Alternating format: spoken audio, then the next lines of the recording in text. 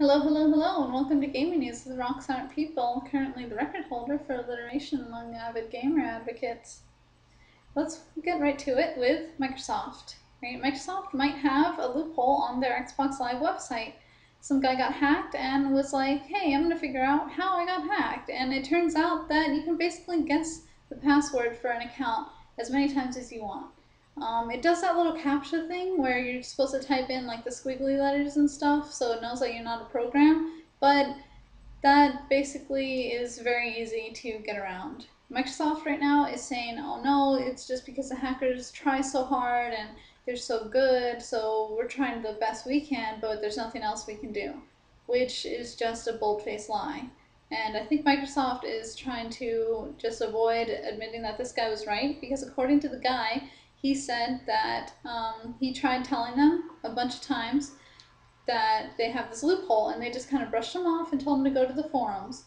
So Microsoft's gonna pretend like they're gonna ignore this, but they're probably not. I wouldn't be surprised if by the end of the week they've quietly patched this loophole, and if in a couple weeks they've completely changed the wrong password protocol to have some kind of temporary lockout system. Regardless, if you have an account with credit card information on it, don't save the password on it, just type it in every time, and then also you want to take it off that account if you don't need it. I have some bad news for Mass Effect 3. If you're going to be playing it on the PC, you have to have Origin in order to play it, no matter where you get it from. More bad news, it's not available on Steam. Yeah, no. EA said that Steam has some kind of terms of service policies that restrict the developers' interaction with the players, and they were basically like, nope, we want to be able to do whatever the hell we want, which is totally fair because, it's their game. Steam, I don't know why they do this, why they have this policy there if they know it's upset EA in the past. I mean, that's why Battlefield 3 isn't on Steam right now.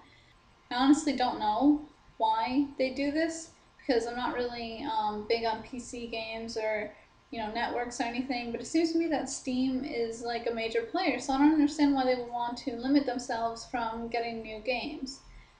Maybe they're trying to like establish themselves as a kind of game company, like a certain kind of game company. Like I said, I don't know much about Steam, but I know that they have like Portal, Left 4 Dead, Team Fortress, Half-Life, and then they have Dead Space. Which Portal, Team Fortress, Left 4 Dead, and Half-Life, they're all kind of like smaller, indie type, cartoony, casual gamer type games. But then Dead Space totally throws me off because, I mean, you can't even mix Portal and Dead Space. I mean, there'd be holes and aliens and robots and blood everywhere, and it'd be a big mess. But the common denominator between Battlefield 3 and Mass Effect 3 is the fact that more serious gamers play those games than do Portal. I mean, you have to put hours and hours into those games. Maybe Steam just doesn't care that they're losing these serious titles. Like, they don't mind when they get serious titles, like Dead Space, but they're not going to go around changing policies in order to get them.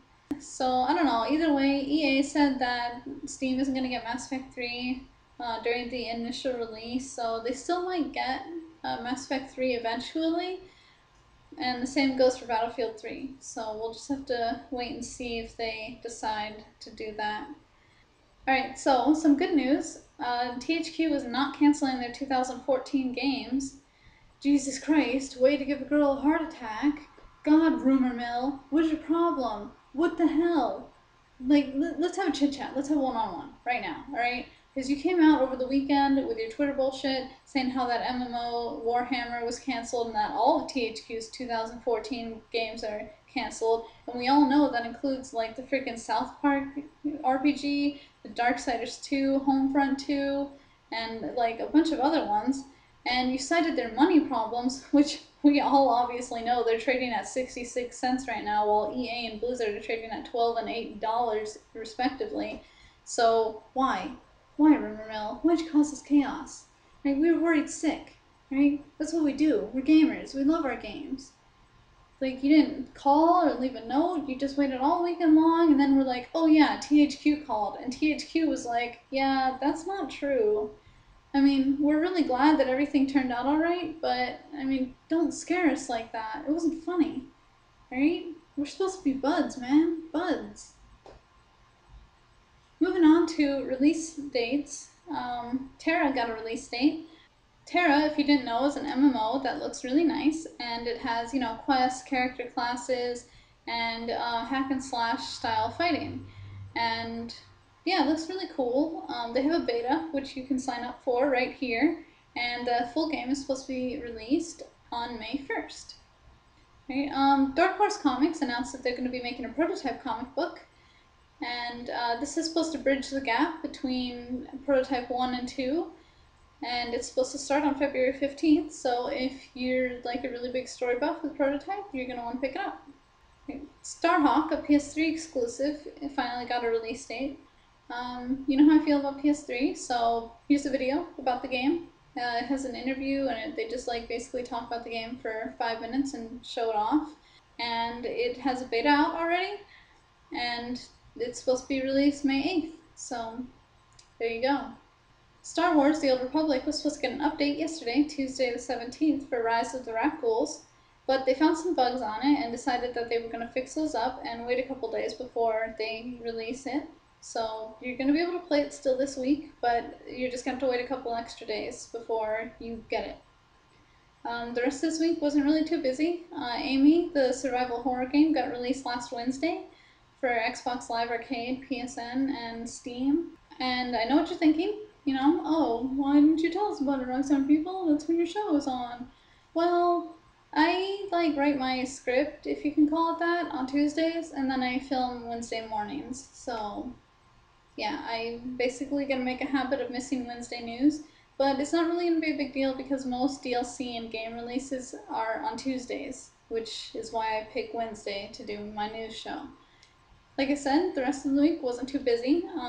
Two more things got released yesterday, Tuesday the 17th. The first one was a DLC for Saints Row the Third called Genki Bowl 7, and that is available for 560 Microsoft points or $7 on PSN, Steam, or OnLive. And then Steam has this game that came out called Dust Force, where you play as janitors cleaning stuff. Yeah, I don't know, maybe Steam should just, you know, change their policy for EA. Right, well, that's all I have for you, and it looks like, once again, I'm the biggest geek you know. Till next week.